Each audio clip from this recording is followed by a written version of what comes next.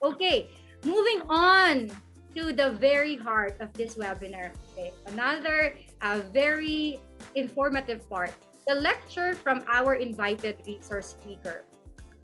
Dr. Joel Mayo Torres is an Associate Professor 3 at Central Luzon State University, where he also completed Bachelor of Secondary Education, major in English, cum laude. He is the first graduate of the Master of Arts in Applied Linguistics with honors program at Nueva Ecija University of Science and Technology. In less than 3 years, wow, he completed his Doctor of Philosophy in Applied Linguistics at De La Salle University as a scholar of the CHED K-12 Transition Program Scholarship Grant.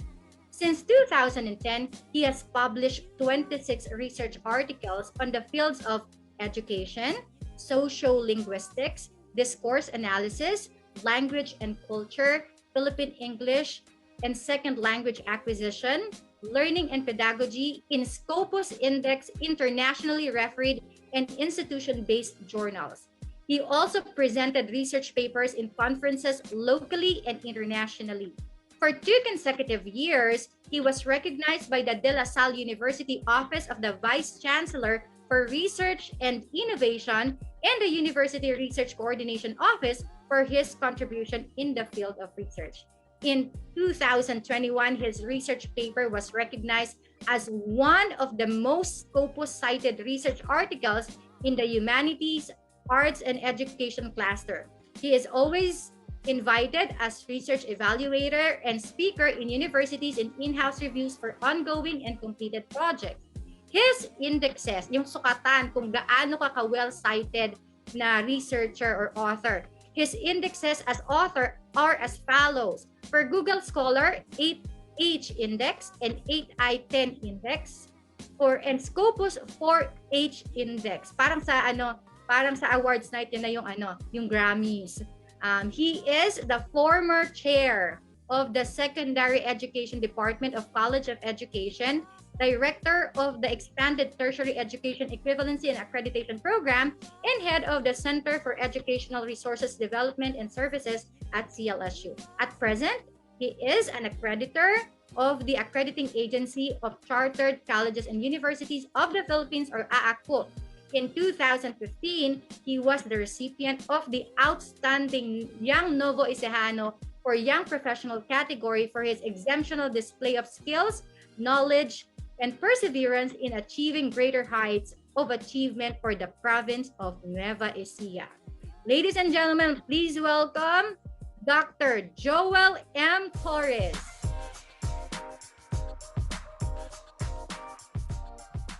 Hello, good morning to all the administrators, faculty members, and students of the University of Perpetual Help System Laguna, and to all our attendees from all over the country and abroad. Thank you very much for accepting the invitation to this very worthwhile undertaking that will give you a different perspective on research writing. In this lecture, I will walk you through the actual research writing process.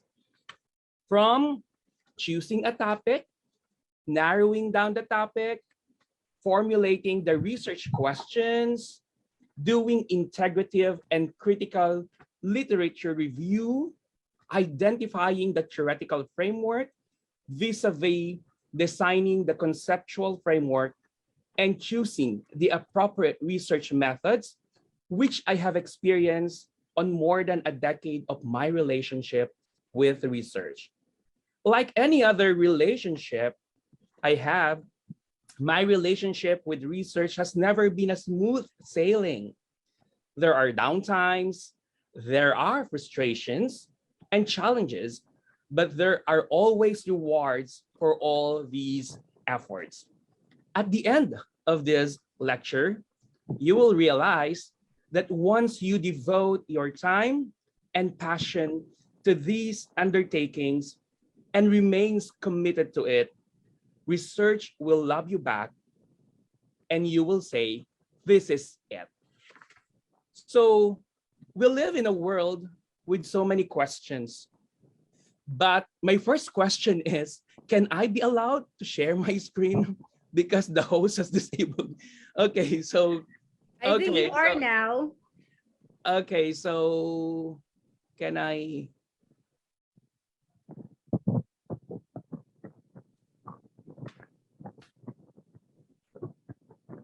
is-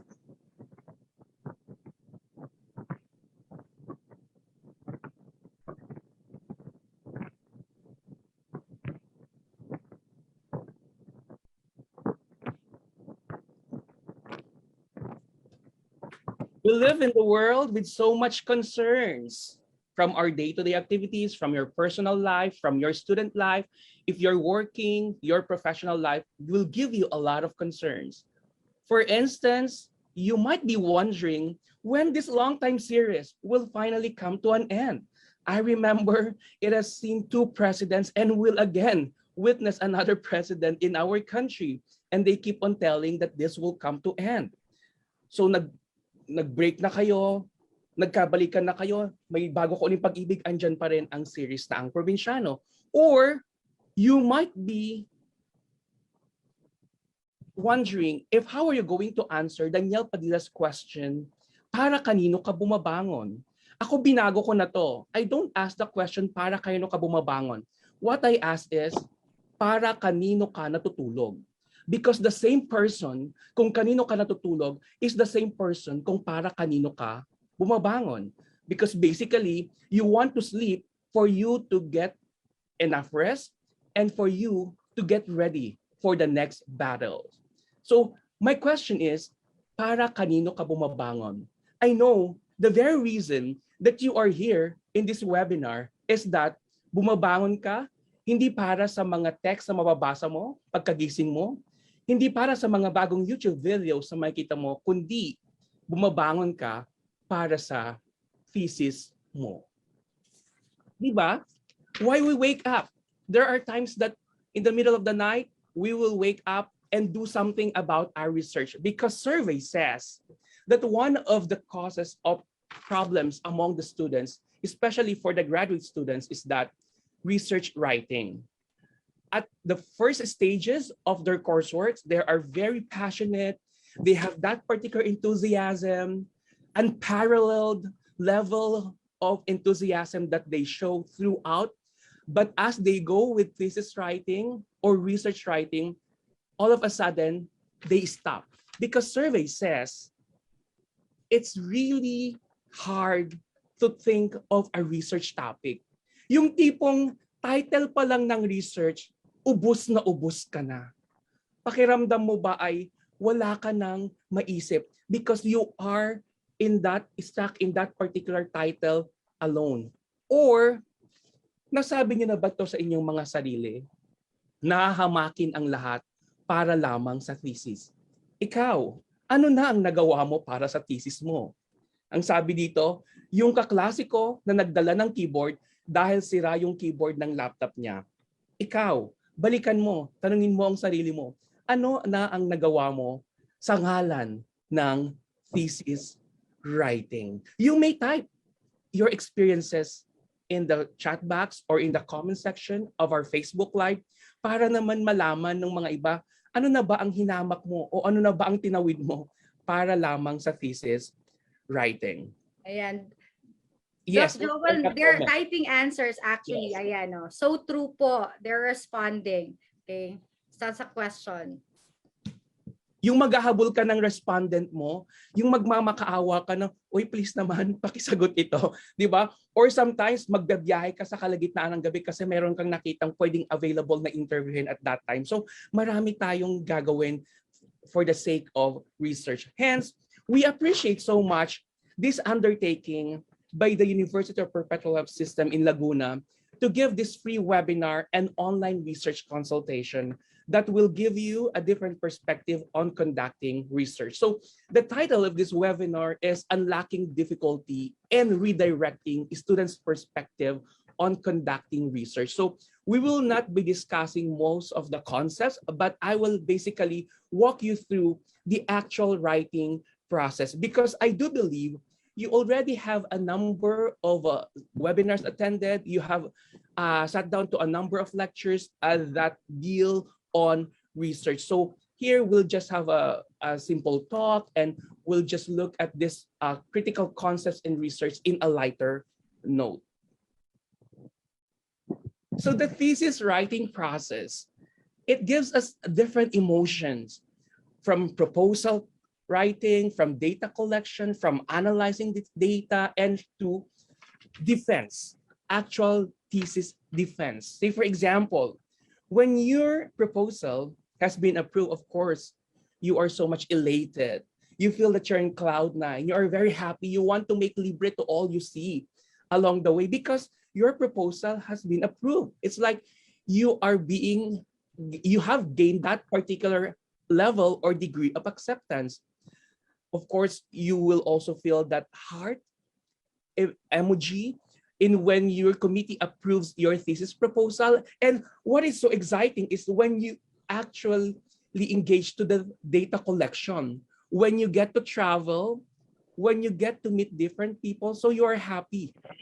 But when you go back to the campus, and that's the time that after you have gathered all the data you will be needing for your paper, then you will realize that the work has just started. Then you will feel that, am I on the right track? Once the data comes in, then you'll have a number of questions. I am doing the right thing, or should I change my research question? But how? I already obtained the needed data. So you will have different emotions along the way, only until you get the grade or you march during the commencement exercise that you will feel relieved, and you will look back at this process with a smile on your face, and you will feel that you really are somebody who worked hard for this research, and you experience the entire process, which you will be truly proud of. So I don't know in what stage are you now in your respective thesis lives or thesis undertakings, but I tell you this, that with my more than a decade of engaging to research, I have experienced a number of different emotions along the way. And to tell you this, these are just normal feelings. Everyone goes through this feeling. And what you have to do when you are at that particular stage is just enjoy the moment, reflect, think, and try to ask yourself and to get that particular affirmation and validation from yourself and from your colleagues that you are really on the right track. Later, at the end, towards the end of this presentation, I will be presenting to you the research cycle, and you'll see whether you have to really strictly follow what is in this particular, what are the stages in the research cycle, or we can do some modifications, because research writing is both a professional and a personal endeavor. When you say it's a professional, there should be series of steps that you should be following strictly. But as you engage yourself to the process, there are those personal techniques that you get to develop, which is something that you will nurture and will be part of your system, and something that you will apply whenever you will be engaged to the research writing process. Moving on. So the first question that any research student or any research enthusiast would have is that, what is my problem? How to find a research problem. The basic premise in research is that if you don't have a problem, and that would be your greatest problem. Of course, this entails a lot of curiosity. This entails a lot of asking questions. This entails a lot of reading related articles, related literature in your chosen topic. So when you decide for a topic, it's like choosing for a partner for a while, because it's like you committing much of your time to that particular topic. So when you choose it right. Because when you say yes to a certain topic, you say no to different options.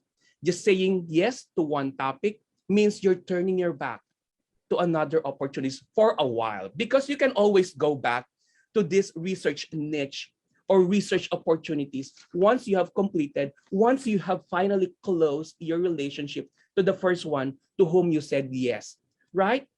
It's like choosing a partner. So when you choose, you have to think in advance.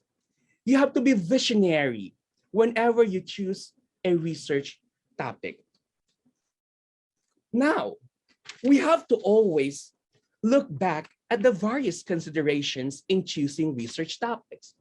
There are actually 5 things that you must remember whenever you get to choose a topic or whenever you commit, because research writing, ladies and gentlemen, is a commitment. So before you commit, before you say your yes to a topic, be sure you are ready to accept the topic, the many forms of the topic. For example, you have to ask yourself, is the topic focused? Is it specific? Does it actually hit a certain phenomenon, or is it too general for me to basically do it in the span of time? Usually, if you are a senior high school student, you are given a semester or a whole school year to complete the paper. If you're a graduate student, perhaps you will be given 2 or 3 semesters to complete it. So make sure it hits a certain phenomenon that can be described at that particular moment. The next thing that we could consider is that we have to ask ourselves, is the topic that you have chosen measurable?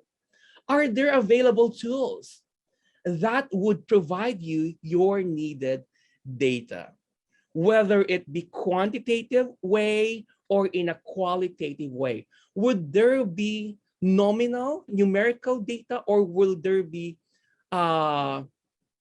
documents that will suffice to the inquiry that you will raise? So measurable, you have to ask yourself, are there reliable instruments which I could use to this? And another thing is that you have to tell yourself or to ask yourself in choosing the topic, is it practical? Is it doable? Is it specific time bound? Meaning, baka naman tapos na yung problema, hindi mo patapos yung research mo. 'Di ba? Natapos na yung concern about doon dahil sa dami ng gusto mong aralin tungkol sa bagay na yon, hindi mo pa natatapos. So, also, it must be relevant. Relevant to what is going on around us. Because relevance of your research will be translated to the number of readership that you will have. Yes, you went through a very sound methodology. Yes, you have a very critical and integrative literature review. Yes, you were able to establish the research gap. But at the end of the day, is it relevant? Are there readers? Is there a crowd that will find your work interesting? So you get to ask yourself about that. And finally, which is equally important of all these considerations that we have, is that we have to make sure that your topic is interesting for you. You are curious on what would be the findings. Because if you are curious about your topic, it adds to your excitement. It adds to your day-to-day errands relative to your research. It's like waking up in the morning and telling yourself, yes, I will again engage myself to research writing because I'm interested knowing to find the truth. Diba? Ikaw nga halimbawa, gustong-gusto mong malaman kung ano yung totoo sa kapwa mo. Ganon din, dahil interesado kang malaman yung pinagdadaanan niya, minsan gagawin mo ang lahat simply because you want to know what is going on. The same is true when it comes to research writing.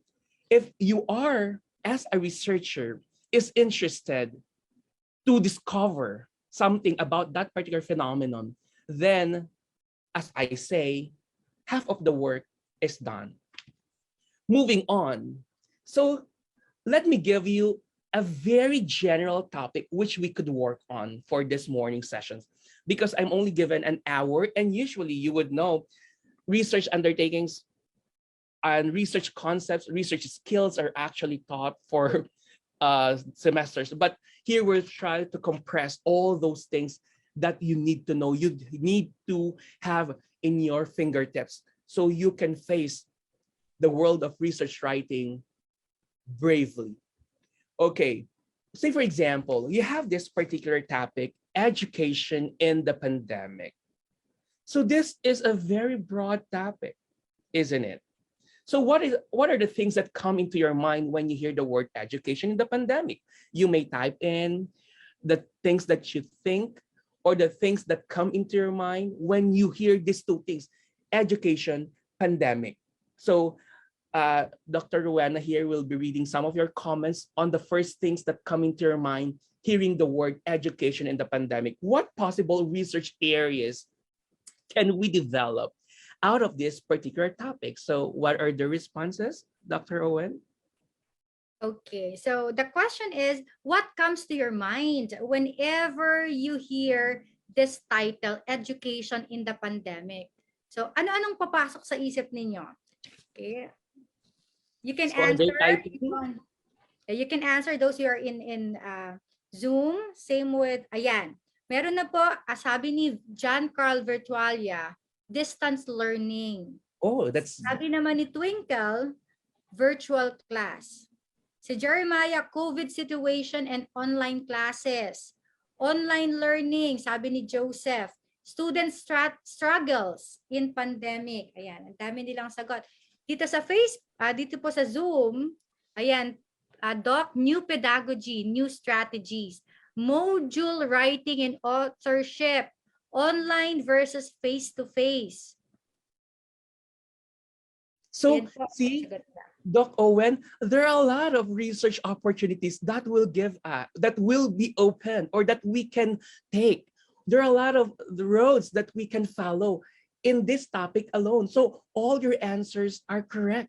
This can be research opportunities. And when you are stuck in this topic, education in the pandemic, ang dami kong gustong gawin. Naisip mo, ma'am, naisip ko na po, education in the pandemic, ang dami ko pong gustong gawin. Yung paghihirap ng mga bata, yung mga bagong teaching strategies, yung mga modules na yan, yung mga virtual teaching na yan. At sabi ng teacher mo, anak, teka lang, isa-isa lang. Alin talaga dyan? So ganun po. Di ba? Ang dami mga gandang ideas na lumitaw out of your answers in the chat box and in the Facebook Live. There are a lot of interesting research opportunities that we can follow. Now, thinking about education in the pandemic, what do you want to know about the topic? That's the first thing that you have to ask yourself. The moment you have thought of a general topic, then you have to ask yourself, face the mirror, what do I want to know about this topic? Magtaka ka kung sumagot ang mirror. Pakialam ko sa'yo, di ba? Huwag mo akong dinadamay. Ang tagal-tagal ko ng salamin. Huwag mo na akong idamay sa... Okay? So basically, it's just like asking the question, what do I want to know? So look at these two sets of photos that we have here. Any idea or anything you can get out of these two sets, the one in your right and the one in your left? What particular research, a more specific research topic, can you derive out of these two sets of photos? The one on the left and the one on the right, to the right, to the right, to the left, sabi nga ni, kung sino man nagsabi ng Rihanna 2012, siguro yun. Okay, now, going back, so type in the things that you can see, your ideas out of the ones that we see in here. Ayan, may mga sagot tayo, Doc. Sabi ni Melvin, academic performance of students in online learning. Sabi ni Ms. Charmaine, teaching strategies amidst global pandemic. And tapos you are... sabi ni, Sir Raymond, online versus face-to-face. That's correct, di ba? You've just won the chance to continue in this webinar, di ba? Pwede ka pang tumuloy. Meron ka pang free voucher, gamitin mo na. Okay, so going back, tama po yung sabi niyo. It could be learners' achievement or could be the experiences of learners vis-a-vis the experiences of teachers.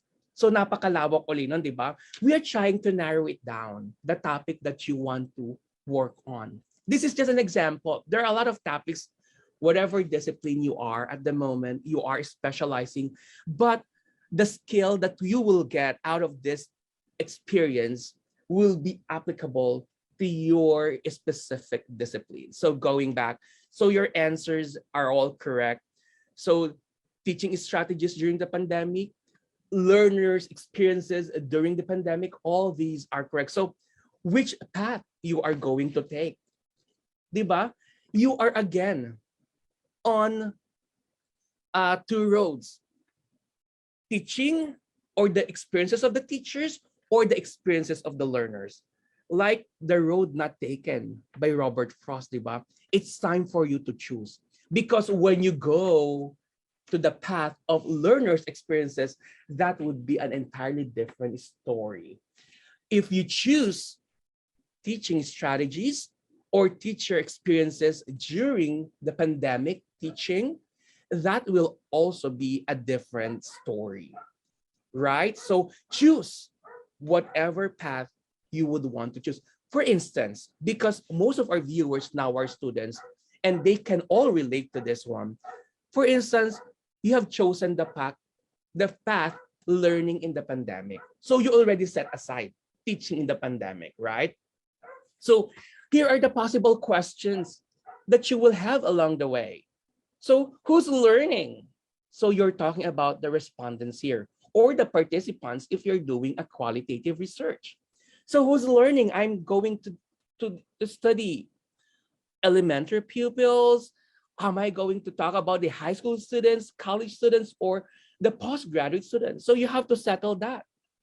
And then you have to ask yourself, if I choose the topic learning in the pandemic, then what aspects of learning I'll be looking at? For example, will I focus on the cognitive, the one you're saying achievement? Do they perform better in the pandemic compared to the pre-pandemic setup?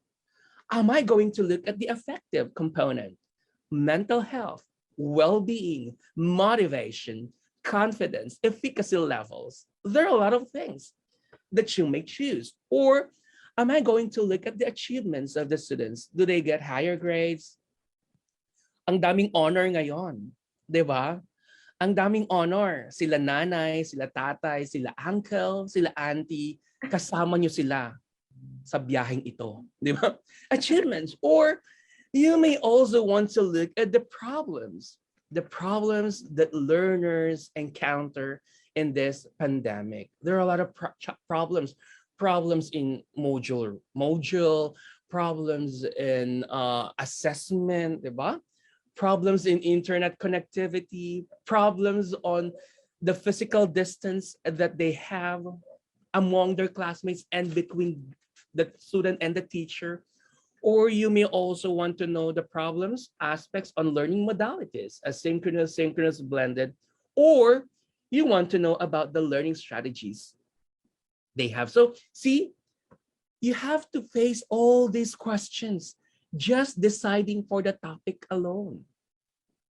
You have to reflect what aspect. Kasi if you will not settle it at this early, iikot at iikot ka. Babalik at babalik ka. You already have your data and you did not go through this process, you will feel na parang mali yung ginagawa ko. Parang hindi tama. Ang lakas ng kutob ko eh. May mali dito. Binalikan mo, mali pala yung topic ko. Mali pala yung pinili kong path. Okay, so in choosing the topic, again, I go back to my previous premise that it's like looking for someone. Maging meticuloso, maging mapili, maging mapanaliksik, matanglawin, sabi nga ni Kuya Kim. Now, you have to ask yourself, what has already been known about this particular field? If I choose learning strategies, what has already been known about this? Or you have to ask yourself, what areas were not yet explored about this? From 2020 to present, ang daming pandemic research, di ba? Due to COVID-19, due to blended learning, due to the experiences of the learners, ang dami. But what has not yet been done? And that's the time when you swim to the ocean of literature. But you have to know which part of the ocean you will go. Because if you just go to the ocean without knowing the direction, then you will get lost along the way. Far, far away. Okay, moving on. For example, you chose learning strategies during the pandemic. It's like an inverted pyramid. So learning strategies in the pandemic. Remember, we started from education in the pandemic. Then we went to learners or teachers. We learned to the different paths that you can follow or the different tracks that you could pursue.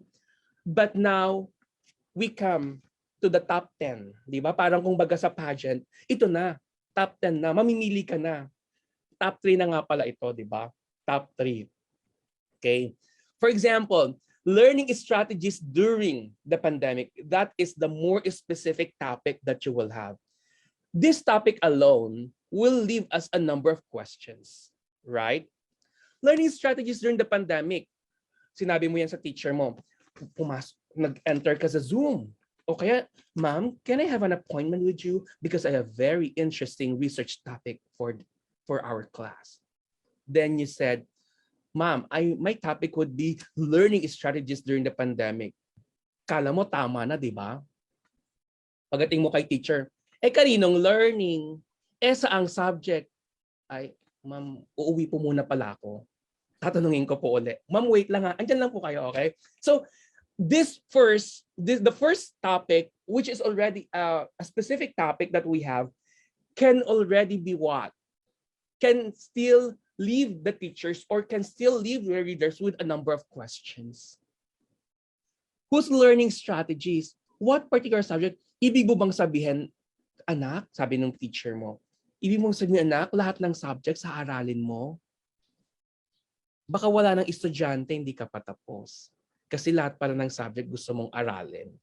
Tapos na yung pandemic, hindi ka patapos. Kakaaral sa kanilang learning strategies. So you have to limit it.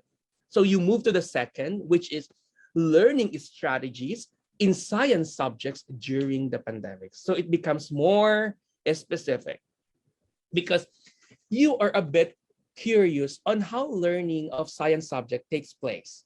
Especially learning of science entails going to the laboratory, going through actual hands-on experiments, having all these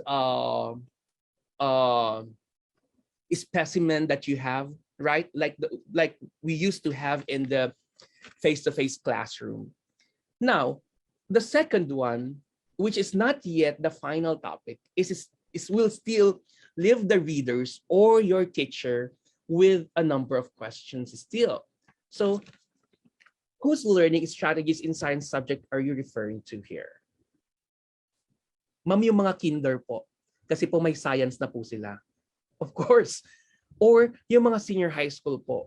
Or yung mga college students po. So, the most specific topic, kung baga ito yung title, yung nasa baba, di ba? Of course, there is crucial role of the second one, learning studies in science subject during the pandemic, because you can still decide which level. But in the last part, you have already decided which level you're referring to. Learning strategies of senior high school students in science subject during the pandemic. And that gives you a more specific topic. Of course, in what particular institution? Are you referring to a loan institution? Say, for example, will it be only in university or perpetual help? Or will you consider the different private institutions? Or will you consider also the government institutions and you will do some kind of comparison? There are a lot of opportunities here now that can be pursued. It is a never-ending process.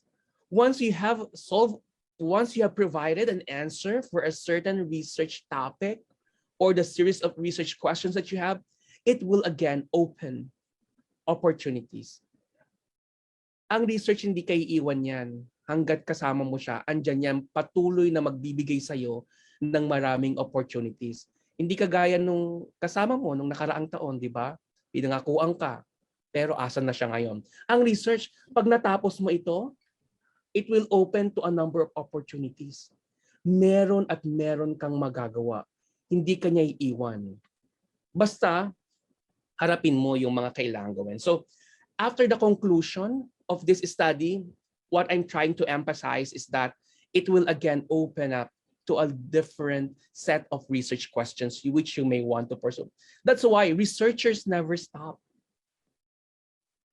Because they're always curious.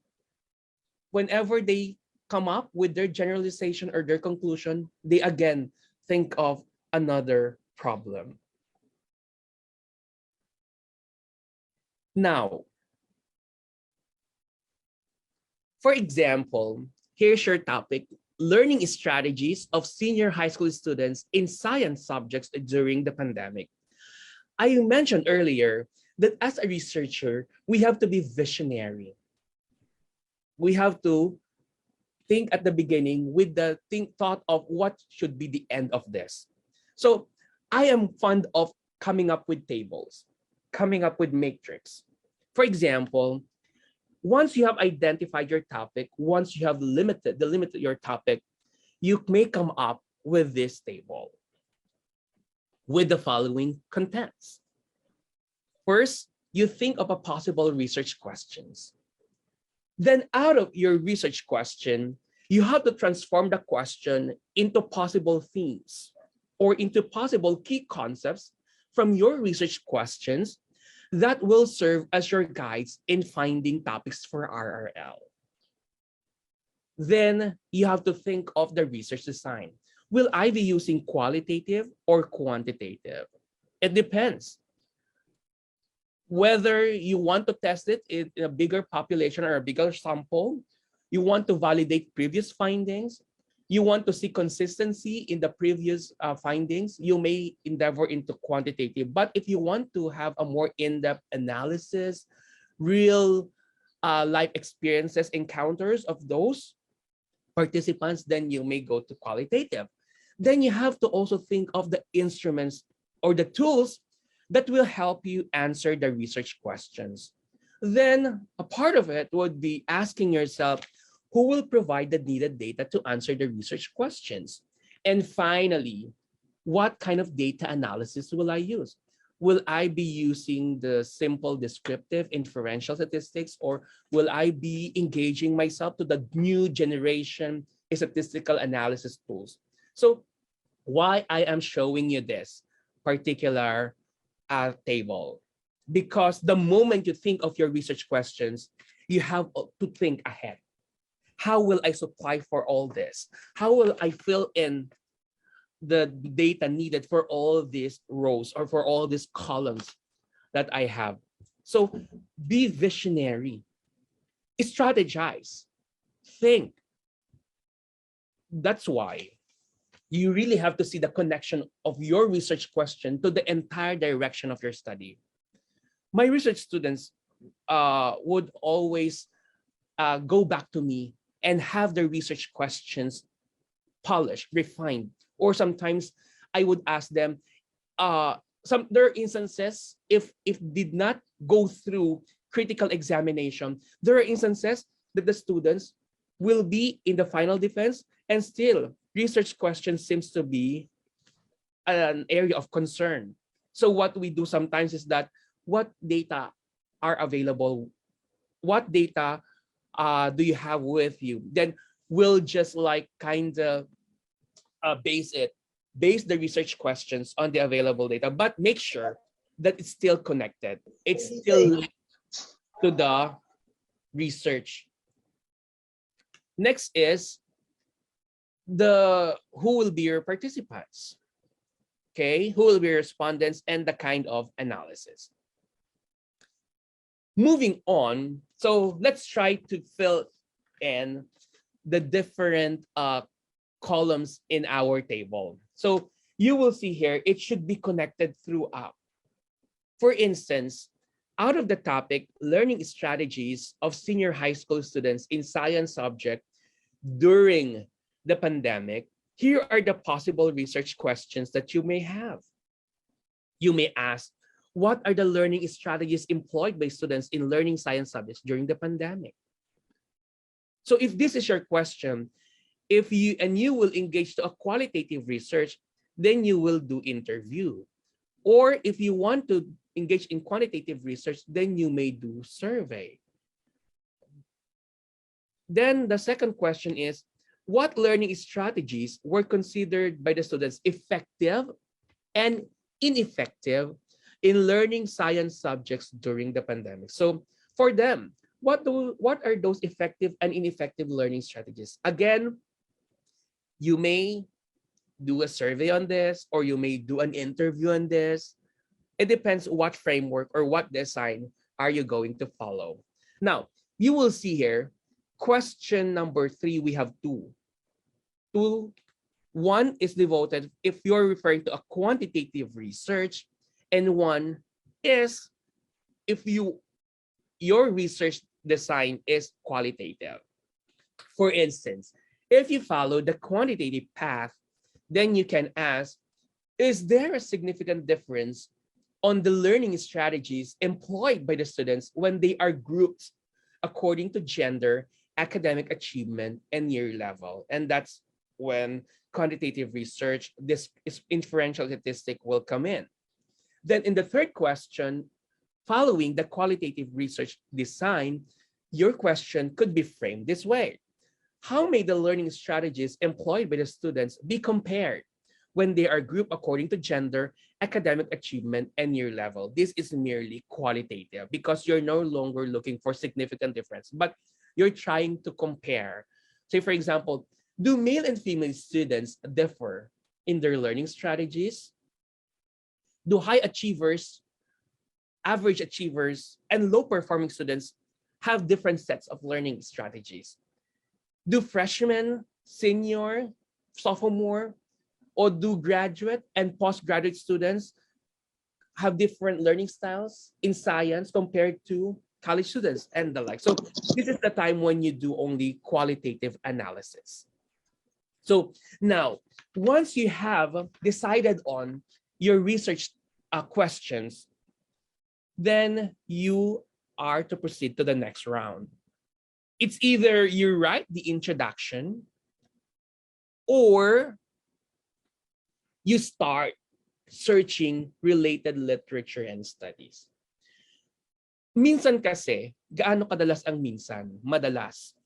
Madalas, kapag tayo ay magsusulat at sa introduction pa lang, napapako na tayo, na-frustrate tayo.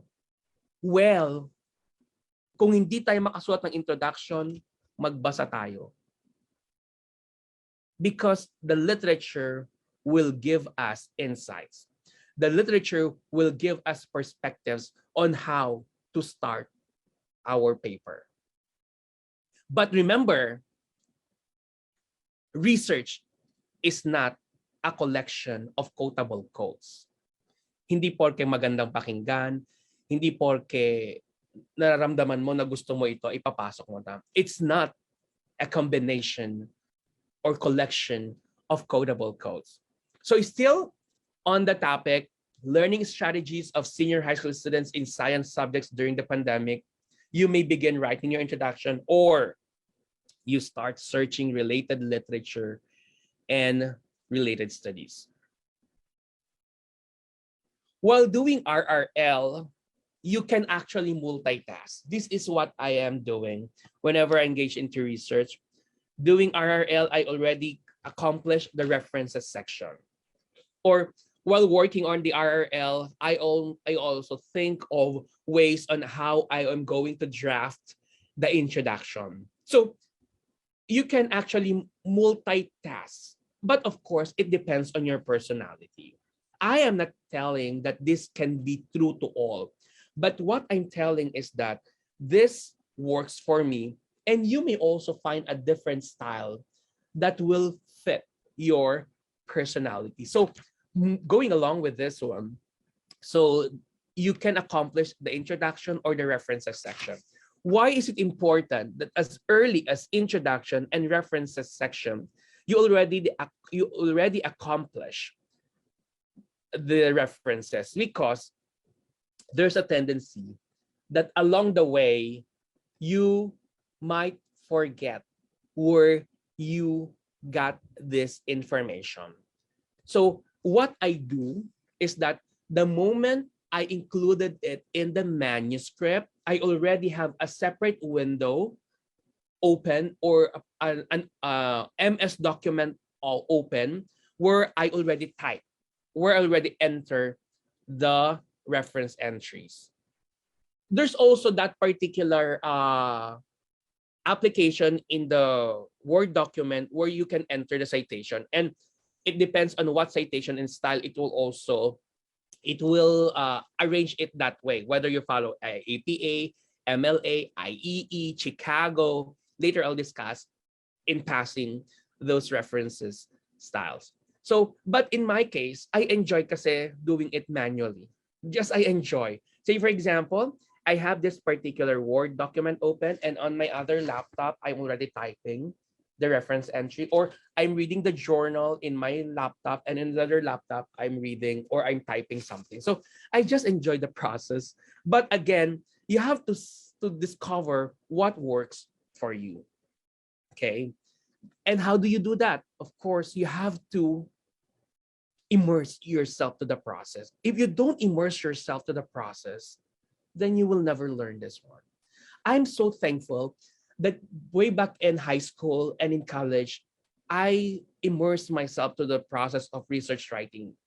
Remember, in high school, we did investigatory project and social science research. In college, we also did social science research. The good thing is that I have that particular interest and enthusiasm into it, and I immerse myself to the process. So little by little, that I actually gained the skills needed. But I'm learning every day. Every day is a learning opportunity when it comes to research. There are times that I will go back to the articles I wrote years ago. Then I will see, did I say this or did I do this? So there are a lot of reflections that you may have along the way. So moving on, if you write the introduction section first, after you have established your research questions, then you may refer to the CARS model for research article introduction, in which there are 3 moves that you may follow. You have move 1, which is establishing a territory. Then move 2 is establishing a research niche. And move 3 is occupying that research niche, where you can provide solution and possible ways on how you are to address the gap you have identified. Writing the introduction is a separate topic. It's a long topic, but what I'm doing now is just to familiarize you that there is this particular framework that you could follow when you get to write your introduction. So you go to CARS model for research article. The different moves will help you form the topic, the introduction section. Moving on, now, you can also engage to what we call RRL once you have established the topic. So it's the modern, like, it's doing Marites in a more scholarly way, in a more professional and a more scientific way. Because in RRL, you are to ask the authorities. You are to ask those who have engaged into this particular process, those who have done something about this particular process. So it's just like making inquiries to people. Diba? Like what we do when we gather information over a certain event. So we ask people who are knowledgeable about the topic.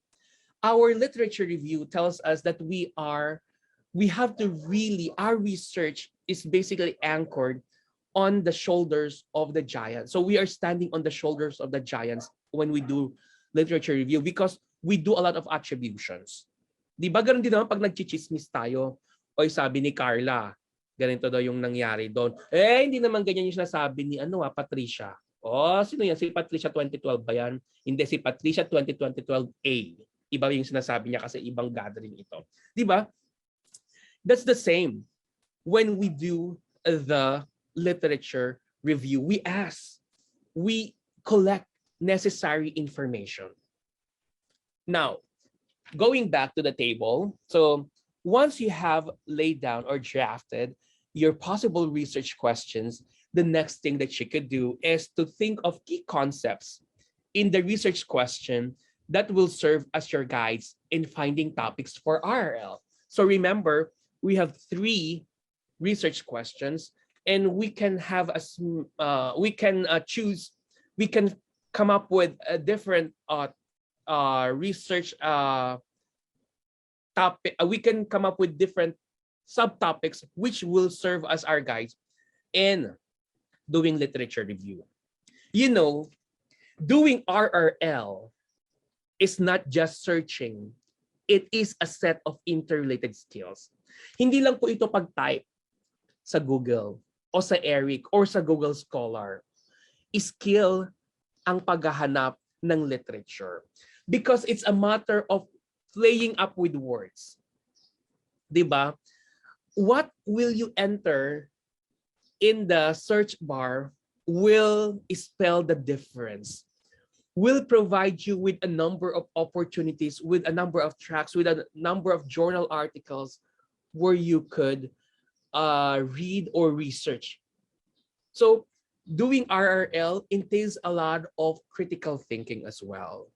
Doing RRL entails a lot of being well-versed on the different ways of organizing topics to research on in Google. So sometimes I devote a certain period or a certain time when what I do is just do research in Google, see articles in Google. Or what I do sometimes is that if I run out of ideas what to search, what I would always do is go to the reference section of a certain article I'm reading, and from there, reading the titles of the research articles, from there I can think of a concept, I can think of a phrase, I can think of a statement which I would type in the search bar. So ganon. Mahirap minsan mag-isip kung anong type mo. Ang Google ay isang malaking library. Maraming libro dyan, pero dapat mahanap mo ng tama. Hindi basta nag-type ka, yun na yun. It should pass through fine-tuning. It should pass through critical analysis whether or not this is appropriate for your study.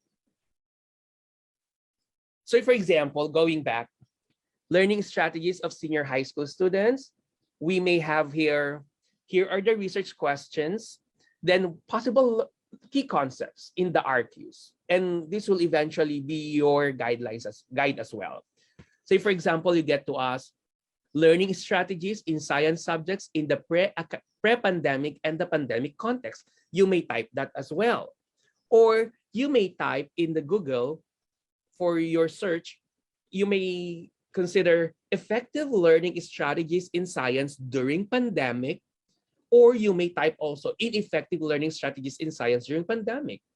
Then for your third research question, what you can type is differences in learning strategies based on learners' demographics. So why I'm showing you this? Simply because to tell you or to guide you that once you have identified your research questions, whatever search you will do will be based on your research question. It's a matter of play of words. You do it right. You play it right. Sabi nga natin, playing with words is important, especially when you do the RRL. Because whatever you input in the research bar, or on the search bar rather, that will give you what you're looking for. Or literature review, doing literature review can make or unmake your research paper. So do it right. Input key in the proper words, the proper phrases related to your study.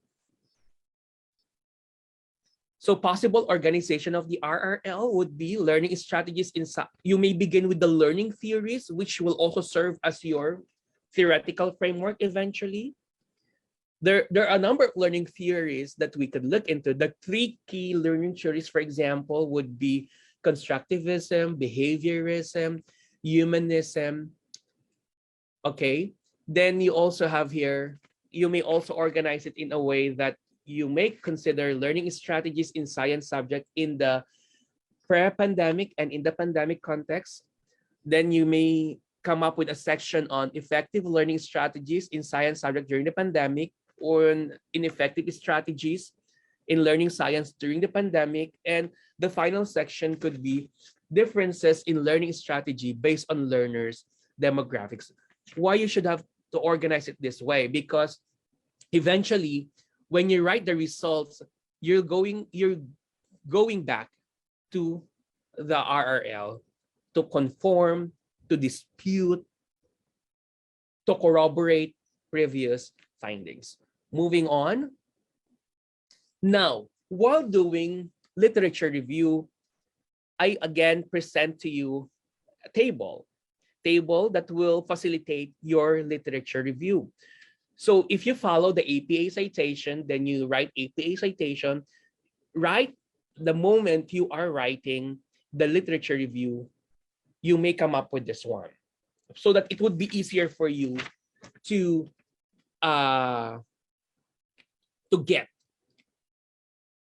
and to lift something for your RRL. So you come up with this table. It depends if you want to come up with this table or you're more comfortable with just once you find it, write it already. But others would suggest you coming up with this particular table.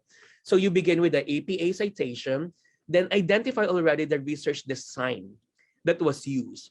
Then the research locale, the research locale and the sample who are also your respondents or the participants. Then you go with the data collection tools and data analysis, and another column for the findings and another one for the limitations of the study. Now, why should you present it this way? Because it would be easier. For example, Torres and Alieto, using a quantitative research design to a population of 400 pre-service teachers in Luzon and Mindanao, found that the acceptability of Filipino, so parang sunod-sunod siya when you do it that way. Diba? There's already a pattern where you could use it if you follow this design. Or, again, research writing is just like playing piano. Diba? You learn the concept, you learn the skill, you learn the basic. But the moment you are playing the piano for the longest time, you develop your personal technique. The same is true with research.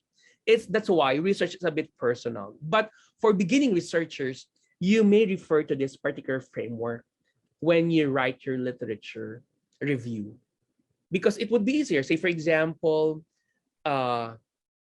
Galicia and Contillo in 2022 mentioned that, or in their quantitative study, o diba, research design na agad yun, to 200 students, senior high school students who answered the survey, then you already mentioned the research locale and the findings. But of course, you also have to go through the limitations of the study.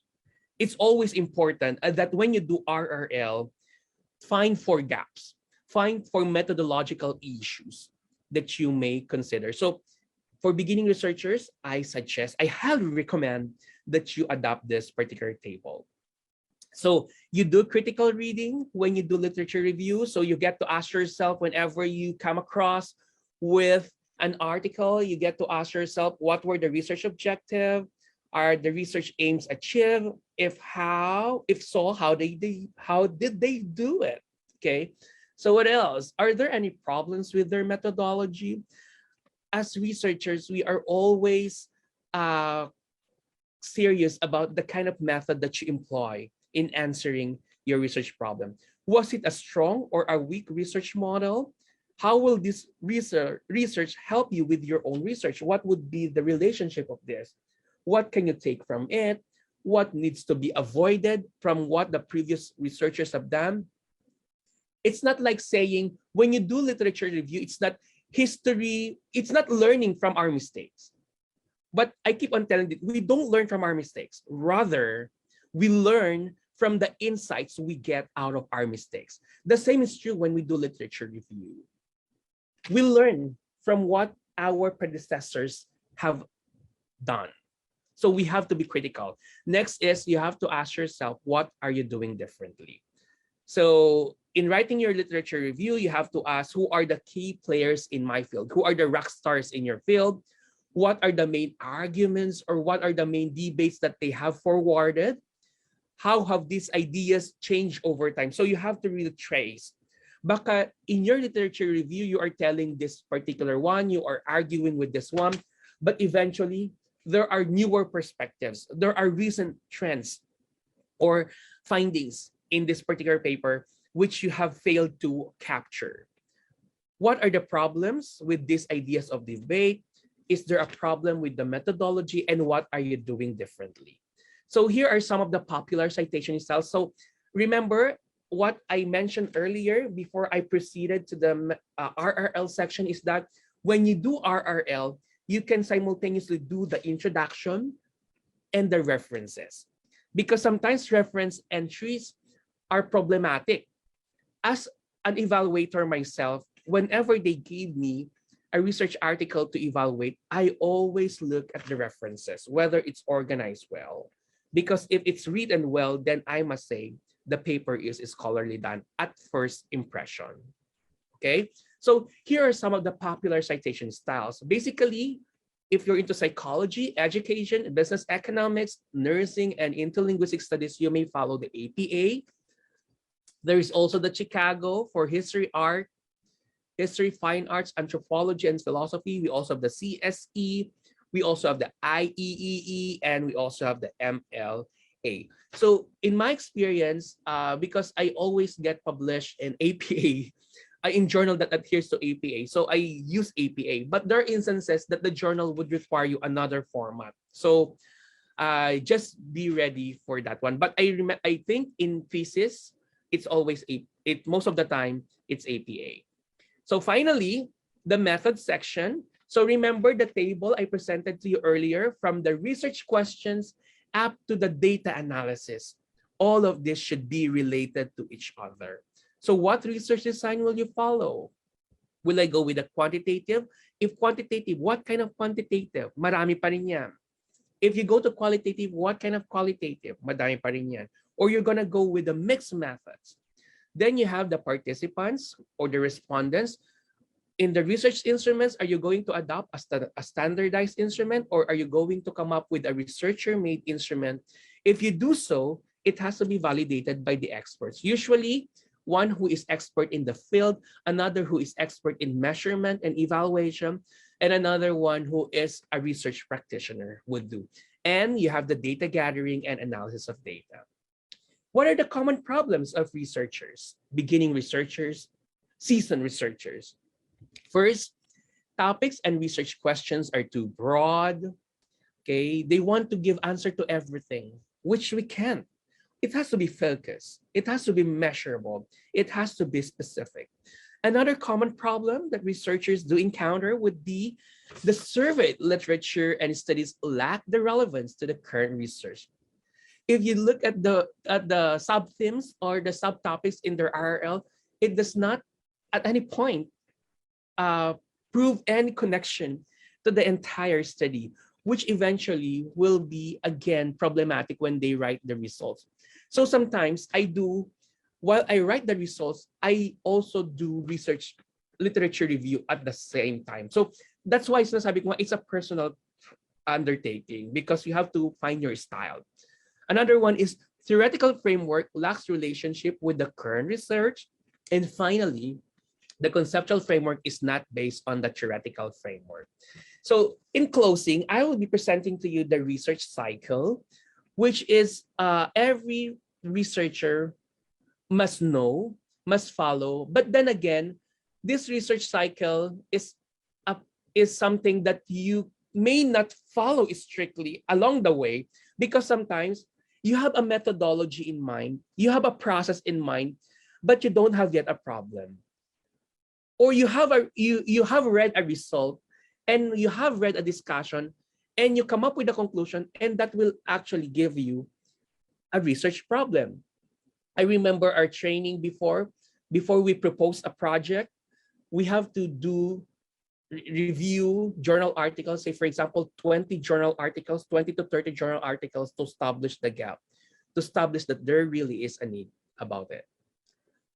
Okay, so in closing, I would like to say that thesis writing is something that we should all love, and we have to immerse ourselves to the process. We have to know the ins and the outs, the complexities of it. We have to embrace research writing in many forms. Hindi lang tukso ang marami ng winasak na tahanan, di ba? Even research, say for example, pag group works yan, dahil sa katagalan ng yung pagsasama, minsan ang nangyayari during the thesis revisions, nagkakainitan na kayo kasi nga, ano ba yung naambag mo sa research na ito? I remember your contribution should be in the RRL. Asan ang RRL? Or what have you done to realize this project? So it will give you a roller coaster ride of different emotions, but at the end, if you put your heart into it, if you accept the challenges brought about by thesis writing, it will love you back, and rewards will come along the way. I hope that here are the references I used for this presentation, for the photos that I used. So I hope that this particular undertaking has helped you look at research on a different perspective. That like our day-to-day undertaking that we have mastered, like eating, like taking a bath, like going to the grocery, research can all be the same as long as we remain committed and we learn the process and accept research in many forms, in high forms, in low forms. It could be depressing, it could be challenging, but at the end, rewards will come along the way. Good luck to all your research undertakings, and thank you very much for having me in this webinar. That has been a very insightful presentation, but I will not be thanking you yet, Dr. Joel M. Torres, because we will proceed to another important segment of this event, and that is our online research consultation. You can ask our research speaker along with our research and development center director, Dr. Leomar S. Galicia, questions in 3 ways. You can type your question in the comment section of our Facebook Live. For those who are here with us in Zoom, you can type your question in the chat box. And I also have here advanced questions sent to our Facebook page. So you can start conceptualizing your question. And to begin our forum or our discussion, I have here selected a few questions sent through our RNBC page. So for the first question po, Dr. Torres and Dr. Galicia, I propose a research entitled The Global Impact of Pandemic to Business. However, it was rejected because it is impossible to measure. Ang tanong po niya, what makes it impossible? Okay, so thank you very much for that question, no, that every researcher experiences. So be thankful for the rejection, because that rejection coming from your teacher will just save you from trouble, simply because it's a very broad topic, global, and it's not delimited to a certain context or a certain area. For example, if you talk about global, so are you referring to the entire world? So be thankful because your teacher rejected your topic. Don't get mad to your teacher who rejected. She is just concerned to you. So remember what I mentioned earlier, that when we choose for a topic, it should be focused, it should be measurable, it should be answerable, it's specific and time bound. I think she's just helping you, because if she allows you to do that research, you will grow old with that research topic. Thank you very much. Hindi na matatapos. Hindi na matatapos kasi I think you have mentioned earlier, dapat when we choose research topic, it has to be doable. And look at the words kasi used in the title, the global impact. Sa word pa lang na global, napakabigat. Where are you going to gather data? Worldwide yung scope. So baka nga hindi na matapos ang pagkukonduct ng research. Plus, we have to be very selective sa paggamit natin ng mga words sa ating research title. Halimbawa to, global impact. Kasi yung mga words na ginagamit natin, dahil magandang pakinggan yan sa research, di ba? Kadalasan, yung impact, effect, influence. Di ba? Iba-ibang degrees yan, iba-ibang level yan. Di ba, Dr. Galicia? There are certain operational definitions for those words na dapat careful ang mga researchers whenever they want to include those in the research title. Can you enlighten us more about that, Sir Leomar? Yeah, I couldn't agree more, Dr. Owen, when it comes to the appropriate usage of these terminologies. No, specifically, we have impact, effect, influence. So kalimitan, ginagamit to ng mga estudyante natin if they would like to see if there is an association or relationship between variables. But before I delve into that, I totally agree with Dr. Joel, no, na yung ganitong uri ng mga study ay yung tipong baka nagunaw na ang mundo, ay hindi pa tapos yung ating mga researchers considering the scope. Imagine global, no? Global pang buong mundo ito. So, while it may sound impressive kasi global siya, yung tipong it sound really intellectual because you would like to cover many locales or areas across the globe, pero yun nga yung doability, napakahalagang aspeto when it comes to research, no? And added to that, kung yung sa kabilang banda naman, gusto natin impressive, yung iba naman ang napipili namang mga topic ay masyado namang ang tatanda, no? Yung tipong kahit tumawid ka lang ng kalye, masasagot naman na, no? Yung simpleng i-google mo na. Ito kasing yung tanong ng ating estudyante, I guess, I'm not familiar with the name of the person who asked, global pandemic, no, global impact rather, no, sa businesses, no, sa businesses. So yung tipong kailangan natin kunin yung anggulo o yung mga perspectives ng mga ekonomista, no, ng mga technical people when it comes to how our economy gets affected, no, the microeconomy, macroeconomy in the aspect of business. But going back to the points that you were raising earlier, Dr. Owen, dito sa effect, sa impact, at sa influence, no? Kapag tiningnan nyo ang mga literature review o mag-review kayo ng literature, when it comes to effect, usually ginagamit natin siya sa quantitative paradigm. In particular, sa experimental studies, no? Na tinitingnan natin kung meron bang cause and effect relationship o kaugnayan ang isang variable sa isa pang variable. Halimbawa, kinontrol mo ang variable na ito. Let's say, yung pagtulog, okay? Yung pagtulog ang iyong independent variable at gusto mong alamin kung may epekto ba yung pagtulog sa performance ng tao under a certain clinical setting. So yun, effect ang ginagamit natin siya. Kapag naman sinabi nating impact, medyo mabigat yung word na impact, that is a strong effect. No? Strong effect ang kahulugan ng impact. We're also using the term when it comes to assessment. Let's say, meron kayong isang program, let's say livelihood program sa isang community, at nag-provide kayo doon ng isang livelihood program kung saan your goal is to uplift the economic status of the members of that community. So it will take, let's say, 3 to 5 years before you can measure, no, yung naging strong effect doon sa komunidad na yon. Hindi pwedeng isang linggo lang ang nakalipas, isang buwan lang, impact na agad ang susukatin mo. So it's quite lengthy in terms of the time that need to pass before you can measure the strong effect. And finally, yung binanggit mo kanila, yung influence naman, no? When we speak of influence, we're talking about role here. Meron bang role o ginagampanan ang isang bagay sa isa pang bagay? So that's influence. While these words may seem synonymous, no? The caveat here, or the thing here is that you need to ensure how you operationally define. Because the kind of definition that you will provide in using these words would be reliant or dependent on your objectives, ano ba talaga yung gusto mong tanungin, paano mo siya sasagutin. Itong mga tanong na ito o yung mga variables na ito, effect, impact, influence, pwede rin naman siyang gamitin sa qualitative tradition. no? Pwede mong alamin ang epekto, halimbawa, yung how does humorous commercials, yung mga nakakatawang commercial, no? Nakakaapekto siya o encourage, no, sa pagbili ng mga goods ng mga na-advertise sa TV. So pwede kang mag-interview ng mga nanonood. So from that qualitative lens, titingnan mo, may kaugnayan pala, may epekto pala, pero hindi experiment. So yun yung gamit ng effect, di ba? Pwede rin naman ganun yung sa impact.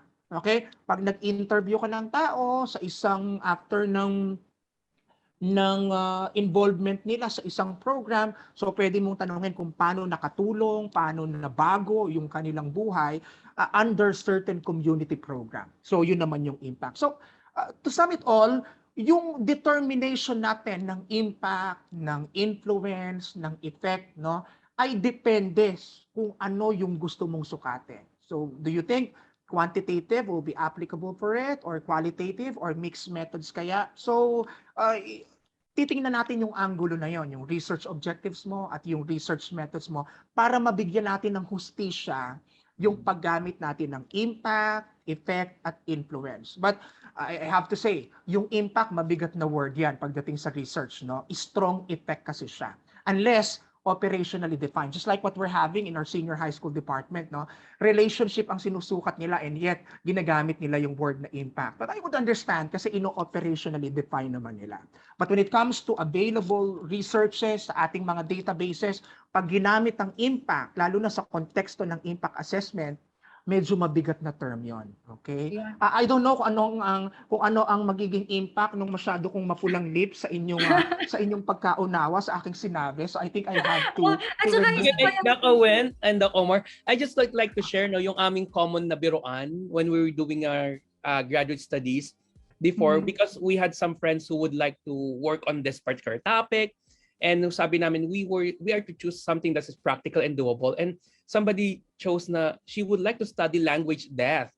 And sabi namin, pag inaral mo ang language death ng isang ethnic group, baka patay ka na, yung language andun pa rin, di ba? So, do something that is practical and doable. Yun siguro yung common ano dito. Yeah, tsaka yung impact na yan, not only that it's a very heavy word, madalas pa yan maging ungrammatical pag ginagamit sa research title. Sinasabi ko nga sa mga students ko palagi, careful kayo sa paggamit ng impact. Impact to. Nagiging impact to. Impact on po ang kapartner nun. Impact on, hindi siya impacto. Okay, and yun po, bottom line is, you need to have focus in selecting your research topic. Masyadong malawak kapag global. Kaya mo ba? The title communicates the scope. Kaya mo bang i-cover yung buong mundo? And ito pang malawak na word na ginamit niya, business. And anong klaseng business? You have to be specific. Kanina, education. Kaya anong aspeto ng education po? So, hindi naman sinabi ng teacher mo na as in impossible to measure. On your end as researcher, siguro sa level mo kung undergraduate student ka or graduate school student ka, dapat maging realistic, practical, doable yung scope ng research and specific. So, yun po yung ano niya, yung point doon. Okay. Marami pang mga questions dito eh. Pero ito, gusto kong basahin muna to. Akala yata ng sender sa page nyo, hindi natin babasahin. Ito, sabi niya, nagka-developan po kami ng partner ko sa thesis. Pagkatapos na ma-approve ang aming proposal, mas naging close po kami sa data gathering, pero nagkakalabuan na po kami sa data analysis. Paano pa po namin tatapusin ang aming research? Yun po yung question. Nagka-developan kasi siguro masaya na approve yung proposal. Tapos naging close. Ewan ko paano nag-gather ng data. Baka survey or interview. Pero pagdating na sa data analysis, eto na, nagkakalabuan na sila. Paano po kaya yon? Matatapos pa kaya daw nila ang kanilang, paano daw nila matatapos ang tanong, paano nila matatapos ang kanilang research? I think you have to keep true to your promise that once you accept something, you are committed to completing it despite of the things that happen between you and your research collaborators. So I suggest set aside the personal issues that you have and stick to the process of writing the paper.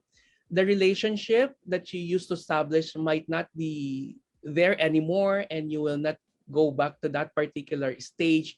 But at the end, you have this particular project you have to complete.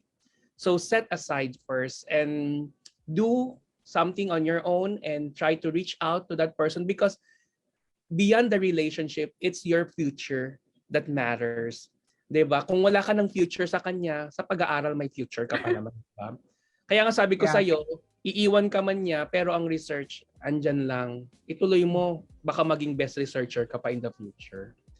Yeah, sa akin naman, Dr. Owen, Dr. Joel, no, katulad ng binanggit ko in my opening remarks, no, yung mga key terms nga natin, yung mga infamous names natin, yung mga Marisa at Marisol, kapag nawala yung partner mo, kailangan you have to create that Marisol in you. Kailangan sulsulan mo pa ang sarili mo, kailangan i-remind mo pa ang sarili mo na kailangan ko pa ng isa pang subok, isa pang pagkakataon para matapos mo. Kasi at the end of the day, kung nagkasiraman yung relasyon nyo, sa pagtatapos naman ng araw, yung sarili natin ang dadali natin. So, laban lang, sabi nga, no? Tapusin yan dahil yung objective mo, maliban sa research objectives mo, kailangan ng objective mo, matapos ka at maabot mo yung mga pangarap mo. And if your partner won't be with you in terms of finishing that task, abandon him and just face the challenges head on, at least alone. Kala ko isa pang try sa research. Kala ko isa pang relationship eh. Ang daming response sa chat. Comments. Ang daming response. Sabi ni Miss Myla, thesis po muna bago lande. Charot. Tapos sabi ni Adriel, ikabayan mo po siya sa akin. Ayan. Commitment din sa relasyon. Aba, wag lang kasi isabay sa thesis. Ayan. Okay. Nasa research ang loyalty. Ayan. Siguro kaya ito nag-message sa page, ayaw dito sa live itanong, ma-reveal kasi yung name. Ayan. Correct po, Doc. Ayan. Init ng ulo lang po ang nabuo sa research ko bukod sa thesis. O yan, wala daw nabuong love life. Init ng ulo daw. Yeah, I could may message. Sabi ni Jan sa Diwa, advice ko po siguro, pag in-revision na kayo tapos nag-burn out, the best way po is lumayo kayo sa isa. Lumayo muna kayo sa isa. I could really relate, Doc Owen, Doc Joel, because when I was in college, no, talaga namang may mga iyakan pa pagdating sa research. No? Akala ko may mga na-develop. Oo, kasi nung panahon namin, wala pang Facebook. I think it's Friendster during the time, no? Wala pang mga blakan. Pero ngayon kasi, no, kapag hindi mo nagawa yung part mo, you cannot message or you cannot reply to this conversation. I think, no, may mga relasyon talaga na naapektuhan, hindi lamang sa konteksto ng politika, whether you are for VP Lenny or BBM, pati sa paggawa ng research, may mga nasisirang relasyon, yung tipong mga nag-iiyakan. So, the good thing about here is that this is an experience. So we learn from it, no? At talagang memorable siya. At yun nga, katulad nung lagi nating sinasabi, pagdating sa research, kailangan mo talagang magtiis eh. Paghihirapan mo yung mga bagay na yan para talagang makapasa ka at magtagumpay ka kung saan man yung pinanggagalingan mong motibasyon. Okay. And that does not only apply sa mga nagkaka-develop na sa boy-girl, ganyan na that also applies sa mga magkaka-group na nagkaaway sa research, 'di ba? I-set aside ang mga personal na na mga damdamin. We have to be objective, we have to be professional, and we need to stick to our goals. Sabi, hindi man nabuo yung commitment between with another person, at least yung commitment mo sa work, sa pag-aaral. Okay. Ayan. Basa tayo dito ng mga tanong naman sa chat box ng ating Zoom. Yeah. Okay. Why does a research topic need to be novel or new and innovative? Bakit daw ba kailangan na, laging point kasi ng rejection yan eh. This is no longer new. Okay? Bakit kailangan new and innovative?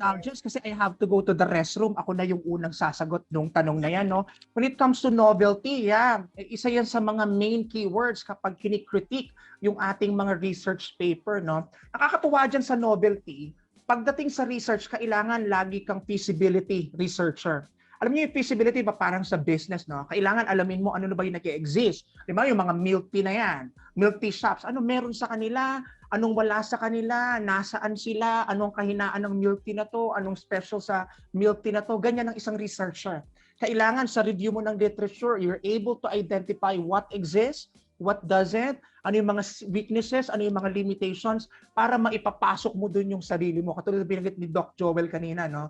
Yung sa pagsulat ng introduction, no? Yung territoriality mo, yung niche mo, ma-establish mo yon, ma-claim mo yon, no? Parang gano'n na yun. Feasibility study lagi ang isang research. Ano na meron? Ano na wala? Nasaan sila? Ano pinagkaiba nila? Ano pinagkatulad nila? Saan ka pwedeng pumasok? Anong mau-offer mo? Kasi may mga research talaga na yung tipong ginasgas na ng panahon. Motivation, academic performance na yan, mga study habits na yan, na baka kahit mga paru-paro sa bukid, alam na yung resulta dyan. Ano? Kaya kailangan natin ng something different, something novel. Why we recognize na itong mga variables na ito ay pwede namang pasukan ng fresh perspective as influenced by the global pandemic and the highly increasing digital environment, you have to make a strong argument na there's really a necessity, no? Ano pa ba ang maidadagdag yan sa body of knowledge? Meron pa bang bagong maiko-contribute yan? May i-challenge pa ba yan na paradigm? No, ano pa ba yung magiging worth niya o yung value niya at mapupulot na aral ng mga scholars o members ng research community? Kung pare-pareho lang naman siya, the panelists will definitely say to you, no, na abandon that topic and look for something new. Sabi nga ni Doc Joel, no, rejection is better than cure. Biro lang po, no, the prevention. Marami ng milk tea. We get rejected. Kung marami ng milk tea shops, i-research mo kung paano ka pa makakapagbigay ng something new sa market. Paano pa ba?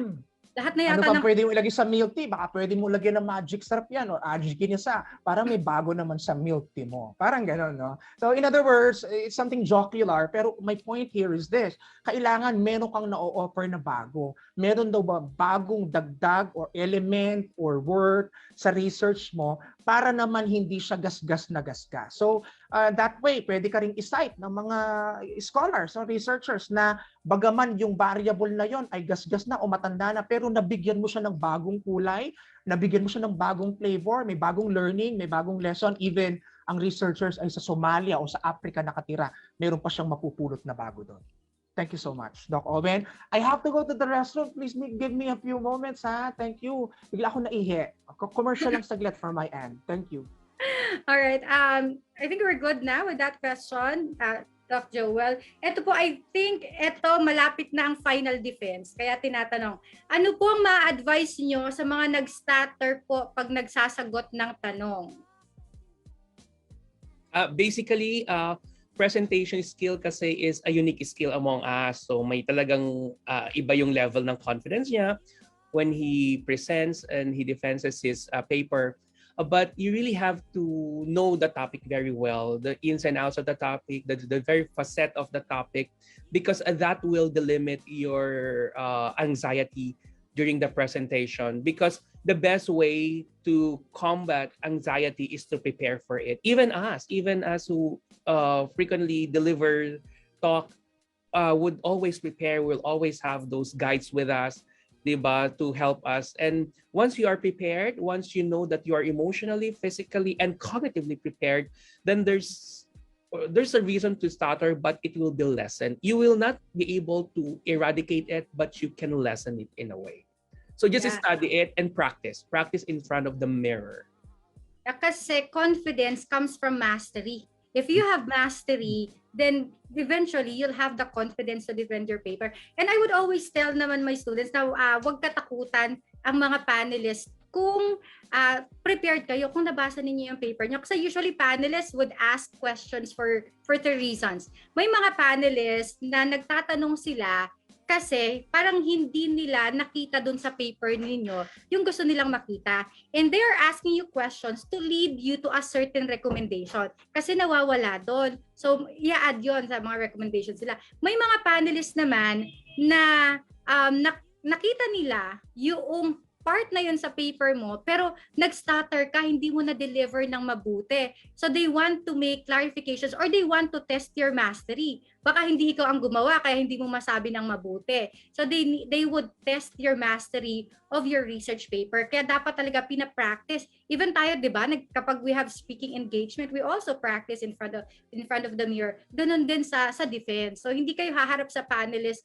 unprepared. So yung iba namang panelists, nagtatanong sila, kasi hindi nyo masyadong na-elaborate talaga, hindi nyo masyadong na-explain during your presentation. So mahalaga kung if you want to lessen questions from the panelists, gandahan ninyo ang delivery, yung kahit na parang noon nyo pa alam, pero nung kakadememorize nyo lang the night before. And of course, i-polish ninyo yung paper. Kapag malinis ang papel, malinis ang pagkakadeliver, then less questions, less kayo nakababad sa harap ng panelists, then less opportunities or less chances that you will have mistakes. Okay, so that's I think we've answered that question. Okay, from Marvin Moncada. Okay, good morning po to our speakers. I'm Marvin Moncada, grade 11 student of our senior high school department. In terms of enumerating names po, we were required to enumerate it alphabetically, but I see it is a big deal po sa iba that their names comes first sa paper. Meron logic dito, 'di ba? Yung pag-arrange ng names sa mga citations. How important po ba ito sa isang academic paper, and does the naming convention takes precedence over the author's contribution? Thank you very much, no, Marwin, for that very timely question. Kasi kung baga sa pelikula, ito yung billing kasi natin when your paper comes first. I think this is already high time for our institutions then siguro to practice the recognition of the significant contribution of every member. Not necessarily having it arranged alphabetically kasi in journals, it matters. Say for example, mauna yan yung Contillo, Galicia, then Torres kasi alphabetical. Well, in fact, kung contribution, baka si Doc Omar ang mas maraming contribution over Doc Owen and me. Parang ganon. Kasi, lalo na pagka multiple authors na yan, ang mangyayari kung 5 tayo, di ba? Or more than 2 nga et al na lagi. Kunyari, Galicia et al na. So, hindi ka na mababanggit in text. Kasi yun na ang bago sa APA. So, I think it's high time for us to recognize the contribution of every member or research collaborator. Say, for example, if you all, but the basic premise here is that everyone in the paper should be part of the conceptualization.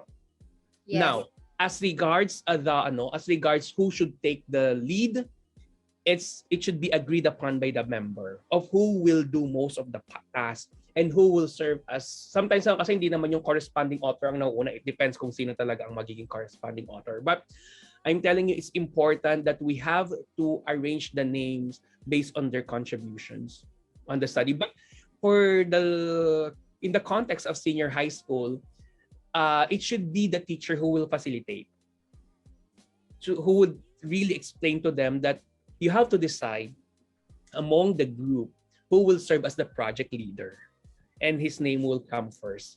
And once this get published, then the same arrangement will be followed. So I think his question is really valid and worth rethinking. Okay, thank you. Kasi 'di ba, sa research paper, usual na yan na nagiging cause nga ng sigalot sa mga estudyante. Sinong mas maraming naambag? Yung iba nagluto lang ng kanton, nasama na yung paper doon itasama na yung name sa paper. Kasi when it comes to the alphabetical arrangements, of course, we have institutional format. But if we will look at yung research community talaga, yung outside of the institution, how do they arrange names? Usually kasi ang arrangement ng mga names, yung mga napapublish, bakit et al? Halimbawa, si Torres lang. Kami na yung et al doon, hindi na kami nabanggit. There are different principles. Some would arrange the names according to their educational attainment or according to the credentials. So whoever has the highest credentials, yun yung inuuna nila. Parang sa marketing lang yan Kung sino ang pinaka-credible, nyari, isa graduate ng PhD, isa graduate ng master's, isa undergraduate. So kung sino ang pinaka-credible, yun ang ipa-front ninyo para you get more yung market. Parang sa marketing ganon. But in your case, as senior high school students nga, ang pinaglalabanan doon, you are of the same grade level. So pare-pareho kayong grade 11, yun na lang nakakasama ng loob pag yung kagroup mo na hindi na tumulong, and letter A ang apelyido, siya pa yung siya pa yung unang-unang nababanggit. But still yung grading nasa discretion na yun ng teacher. Doon sa order naman ng pagkaka-present, sa manuscript lang naman yun, hindi pa tayo sa publication. Once your paper is published, then you can agree upon o sino ba ang main contributor dito. So yun ang uuna natin. You can now do away from the rule na institutional na alphabetically arrange ang names ninyo sa manuscript. Okay. In other words, Dr. Owen, mahalaga na i-establish natin yung difference when it comes to institutional formatting and the publication formatting, no? Kasi magkaiba talagang dimension yun, no? So pag sa institutional formatting, equal footing kayo doon, no?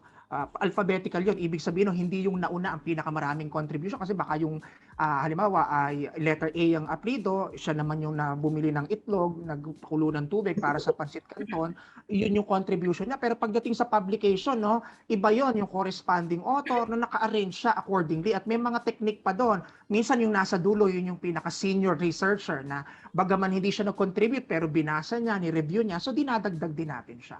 So that will call for another webinar, no, pagdating dun sa ethics ng publication because that's a broad field of concern as well. But at this point, we have to establish the fine line na may pinagkaiba yung institutional formatting at yung publication formatting. So magkaibang dimension yun. Okay, eto commercial naman. Medyo mabigat din yung tanong ni Marvin. Maganda, grade 11 pa lang naisip niya na yon. So, from Jeremiah, ano pong suggestion na pwedeng ipakain sa panelists para hindi po masyadong gisahin? Oy, may principle tayo dyan, friendship, di ba? Pakainin natin sila ng yung mahirap. Yes, no, when I had my final defense sa aking master's degree, ang pinakain ko if I can recall para mga chicharon, no, yung talagang mga maiingay na yung tipong mako-conscious sila, no, yung tipong mahihirapan silang kainin. I remember mga cornet pa yata. Yung mahihirapan sila magsalita. Yung sasakit yung mga bibig, no, yung mahirapan na magtanong kasi ang sakit na ng mga panga nila. Okay. Is that a serious question? It's, hindi seryoso pero seryosohin na natin. Kung gusto niyo minsan kasi ang pagde-defense halo-halong strategy na 'yan, 'di ba? Mastery mo ng paper, tapos syempre yung rapport mo with the panelists, lahat-lahat 'yan. Sabi ko nga, the conduct of research is a holistic endeavor. You don't only learn communication skills, technical writing, yung social skills ninyo. Yun na-develop din yan. How are you going to build rapport with your respondents, with your co-researchers, with the panelists? Lahat ini-strategize, pinag-iisipan. Ikaw, meron ka bang technique doon, Dr. Torres? Basically kasi yan it's a matter of cultural approach yan. Say for example, in the Philippines kasi medyo appreciative tayo sa ating mga panel members. So we are so thankful for them, and which is true naman. But when you go to other country kasi talagang basically hindi talaga sila masyadong just a matter of coffee lang or biscuits and the like. So it's you have to see what is observed in that organization and you have to follow well. Yun may kasi mga nagpapabuffet pa, no, Doc Joel, no? Yeah, may mga ganon. May mga ganon po sa iba. Pero I think hindi naman tayo ni-require as students to do that, but it's our way of showing our gratitude to these people who have shown who have given their time, expertise devoted to our paper. Kasi at the end of the day, it's for the improvement of our paper. So it's a matter of really organizational culture. Diba? Kasi I remember talaga meron talaga yung iba na talagang wala talaga. So there's nothing wrong with that. And there's nothing wrong with them kung magbigay sila ng marami because it's their own initiative. It's coming from them. So these are culturally bounded activities that anybody can do whatever they prefer. Pero siguro pag nakita mo na parang lahat ginagawa, so mag-isip ka rin. Or kung hindi naman ginagawa ng ni isa, mag-isip ka rin. So something like that. You have to really see the norm, Alam niyo yung norm, 'di ba? Yung norm, yung kung saan nakatira yung mga bata sa norm 1, norm 2.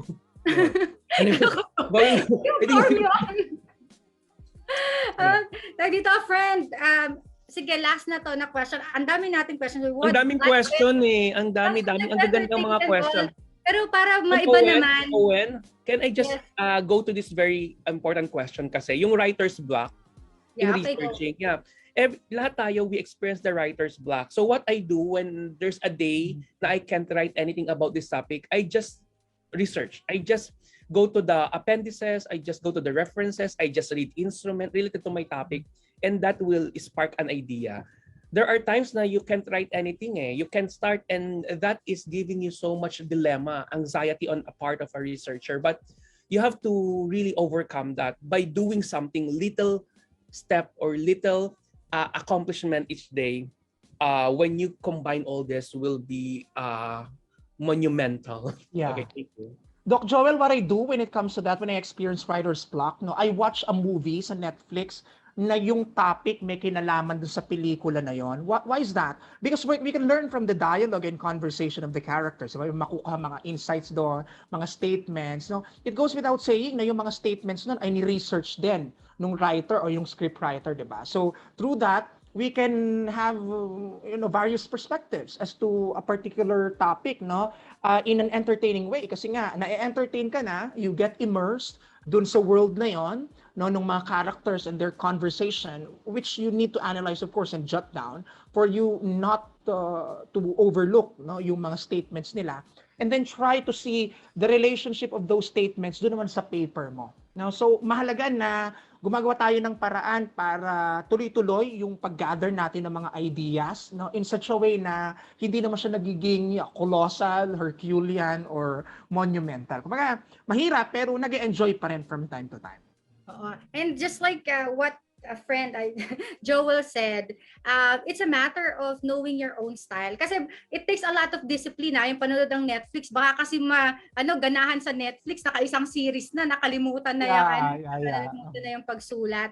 Anyway, we would like... Doc Owen, singit ko lang, no? Halimbawa, yung sa mga nagre-research about sa nursing, about sa mga medical technology. So, pwede silang manood ng mga series, no? Na yung mga Grey's Anatomy, yung mga gano'n. No? Kasi may expose talaga sila na sa world na yon. Nakikita nila yung mga problema, kung paano sinusolusyonan, kung paano inaangguluhan. Kaya yun nga lang, it's a matter of self-control and discipline para alam mo kung hanggang saan lang, no, yung dapat mong panoorin. Doc Owen, Doc Omar. Ibang Grey yung panoorin nila. Doc Omar and Doc Owen, merong question dito. Pakisagot daw po si Sir Mark. Kung hindi po siya sasagutin, tatalon daw po. Sino Sir Mark? Asan? Basta hindi ko po makita yung tanong po ni Sir Mark. Pakipasok na lang po ulit finally. Kung may pananakot po ba? May pananakot. Kasi ang nakita po namin, napakaraming gustong tanong. Napakaraming gustong magtanong. At gusto din nating pagbigyan natin because I'm enjoying the conversation. Yes. Kasi this is what we are trying to normalize. Yung mga intellectual conversations, especially mga research-related, it doesn't need to be intimidating. Kasi minsan kapag research na pinag-uusapan, parang, sige, kayo na. Or parang kapag research na usapan, it will cause people to raise eyebrows or get intimidated.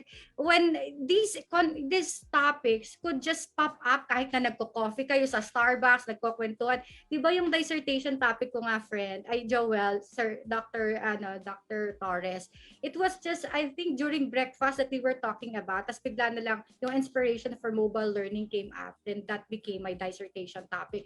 So, ipasok ninyo kahit sa mga everyday conversation na yan, yung mga presidential surveys na yan, bilang nyo pinag-aawayan yan. There are a lot of principles of research involved in it. Okay. Ang question po ni Sir Mark, why... okay.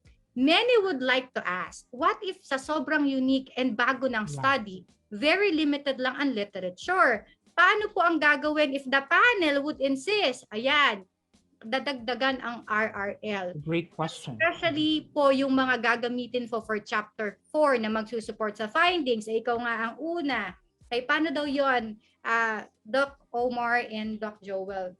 Last na yon. Kasi may pagbabanta sa end ni Sir Mark. Okay, I think that is true, especially when it's a new study that you have very limited literature. So that's the time when you put your personal insights as well. to substantiate your literature. And another thing is that go to the most related topic out of it, and there you can establish the gap that in this particular area of discipline, this has already been found out, and what I'm trying to do now is to use the same concept, use the same mechanism, and apply to the current one. So ganun lang naman natin gagawin yon. But I think you have to establish at the onset na there are limited literature. Kaya lang, when you say kasi limited, that's very subjective. Limited on your end. Kasi I always encounter that. There are students who would say, sir, there are only limited literature on your end. But I tried researching on my end. I can still find. Marami kang nahanap. Marami akong nahanap. Kasi sabi ko nga, literature review or researching is not just researching. It's a set of interrelated skills. It's how you play up with words. Kasi ang Google search, ang dami naman pwedeng lumabas dyan eh. Basta bigyan mo yan ng comma, may bibigay nga sa'yo yan eh. Pero it's just a matter of phrasing, structuring the kind of thing you put in it. But after all, na talagang kahit si panel, kasi minsan, pag sinasabi ni student on my end na sir, kulang po ang literature and the like, I help him. Yeah, you help him. Or say, for example, try to check these articles. This might inspire you, or this might bring you a different perspective out of the topic. So if you as a teacher were also able to confirm that he is right, claiming that there is a limited literature out of the topic he wants to survey, so that's a time na you just look for the nearest findings to your discipline. Okay. Kasi minsan yung mga students naman, ang hilig na yung sa gaps of a bridge, there are no existing studies conducted yet.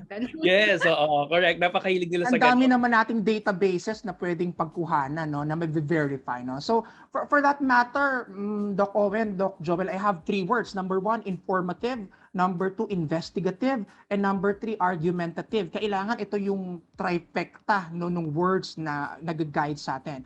By informative, kailangan mapakita mo na ito na talaga yung mga na-research dyan. No? Investigative ka in the sense na na-exhaust mo lahat. Baka kasi from your end lang yun talaga. Pero nung yung mga panelists ang nag-search, kung online yan, sinare pa yung screen, pinakita sa yung database na yan. O ano yung pinagsasasabi mo, Dr. Contillo, na wala, eto nga, o sasampalin ka na ng literature na to, ng study na to. So that's investigative, and that way, it's confirmative as well. Ibig sabihin ng confirmative, nako-confirm naman ng other researchers, ng other scholars na meron pa, pero ikaw lang yung nagsasabi na wala. Pero kung talagang wala o limitado, papasok doon yung argumentative.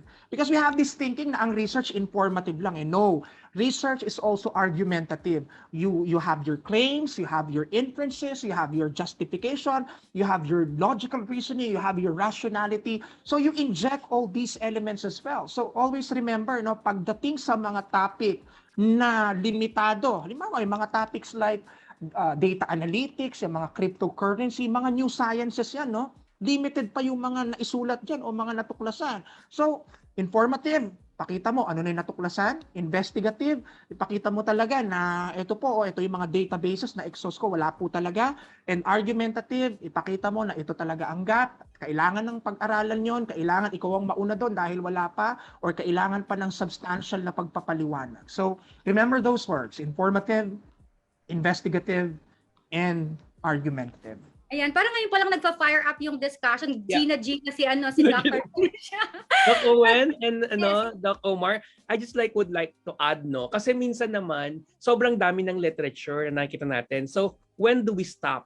When is enough? 'Di ba? Kailangan mo ring mag-decide ka rin kasi baka sobrang saya mo. Ang sayang mag-RRL, grabe, fulfilling. Tapos na yung nag-RRL ka pa rin kasi very fulfilling. You have also to train yourself to tell to yourself, enough is enough is enough. Di ba? RRL, 3 taon na, no? Namatay na yung mga panelists, no? Hindi pa tapos yung RRL. Ay, wag naman. Baka kasi nag-enjoy ka sa RRL, di ba? So, yun lang naman.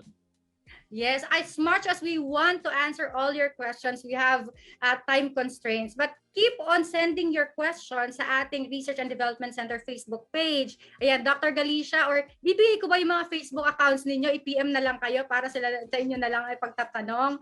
Alright, then, so, it was, on my end, I hope you learned from the discussion, pero I enjoyed this intellectual exchanges of insights and knowledge about research. And for now, I would like to express my sincerest gratitude to our resource speaker for responding to this invitation.